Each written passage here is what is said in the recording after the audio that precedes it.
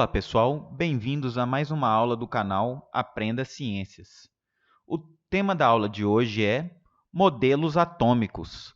Esse é um tema que é abordado pela Química no 9º ano. Antes de começar a falar sobre os modelos atômicos, precisamos falar como surgiu o termo átomo. Ele surgiu na Grécia Antiga, com dois filósofos, Demócrito e Leucipo, e significava aquele que não pode ser dividido. Então, o átomo é aquele que não pode ser dividido. Mas o que quer dizer isso? Vamos imaginar, então, uma folha de papel. Vamos cortar essa folha de papel pela metade sucessivamente.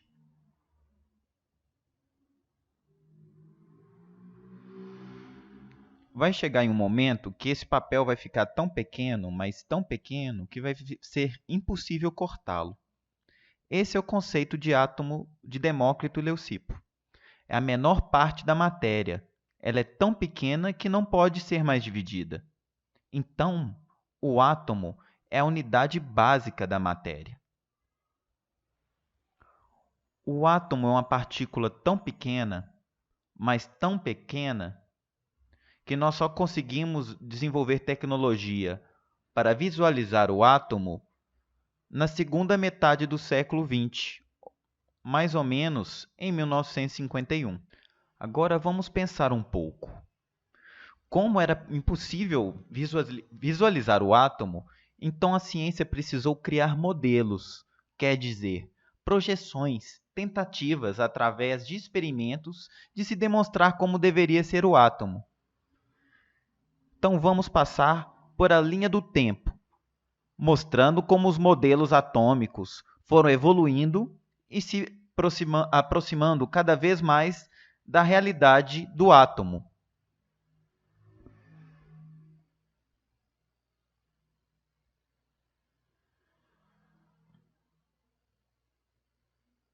O primeiro modelo que nós iremos ver foi proposto pelo cientista inglês John Dalton, em 1808.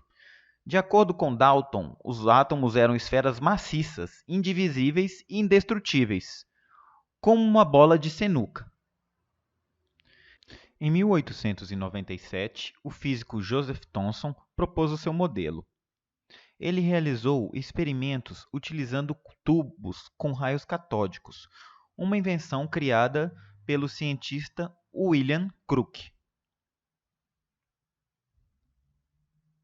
Esse é um esquema do experimento com raios catódicos. Ele funciona com um circuito elétrico ligado a um tubo de vidro com pequena quantidade de gases no seu interior. Esse sistema era ligado em uma fonte geradora de energia elétrica. Thomson comprovou que os raios catódicos eram formados por partículas de carga elétrica negativa, que foram chamados elétrons.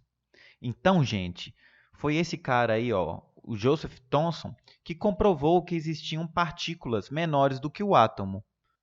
Ele chamou essas partículas de elétrons.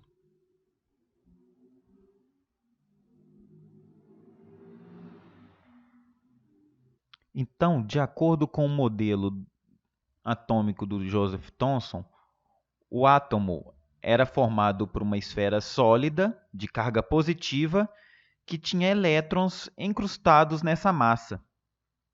Esse modelo era chamado de modelo de pudim de passas.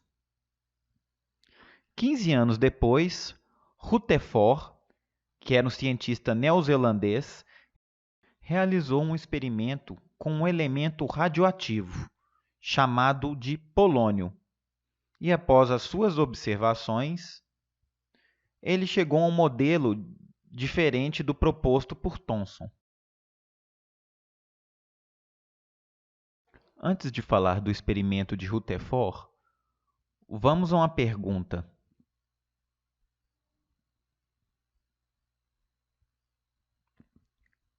O que são elementos radioativos? Então, pessoal, Elementos radioativos são aqueles elementos que apresentam átomos com a capacidade de eliminar radiação, podendo ser alfa, beta ou gama, a partir do seu núcleo. Apresentam um número atômico, quer dizer, número de prótons no núcleo acima de 84, como, por exemplo, temos o polônio, o rádio e o urânio. Agora vamos ao experimento de Rutherford. Rutherford montou seu experimento utilizando o elemento radioativo polônio, que emitia radiação do tipo alfa dentro de uma caixa de chumbo, através de uma lâmina de ouro muito fina, de 10 milímetros de espessura, que estava envolta de uma tela fluorescente. Então agora, vamos ver os resultados de Rutherford.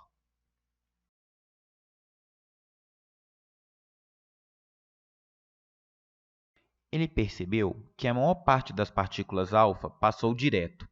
Poucas partículas não atravessaram a folha de ouro, e algumas partículas alfa sofreram desvio de trajetória ao atravessar a lâmina. Então, quais foram as conclusões de Rutherford? A maior parte do átomo era vazia, deve existir uma pequena região onde está concentrada sua massa, e o núcleo deve possuir carga positiva, e os elétrons giram ao redor do núcleo em uma região chamada eletrosfera. Esse era o modelo de Rutherford. A descoberta do elétron foi uma importante contribuição de Rutherford para a teoria atômica. Agora vamos falar do modelo de Bohr. Em 1913, Niels Bohr aprimorou o modelo atômico proposto por Rutherford, com base nos experimentos que realizou. Bohr considerou que os elétrons se movimentavam somente em determinadas regiões do núcleo, em órbitas circulares, e que cada uma delas correspondia a um nível de energia.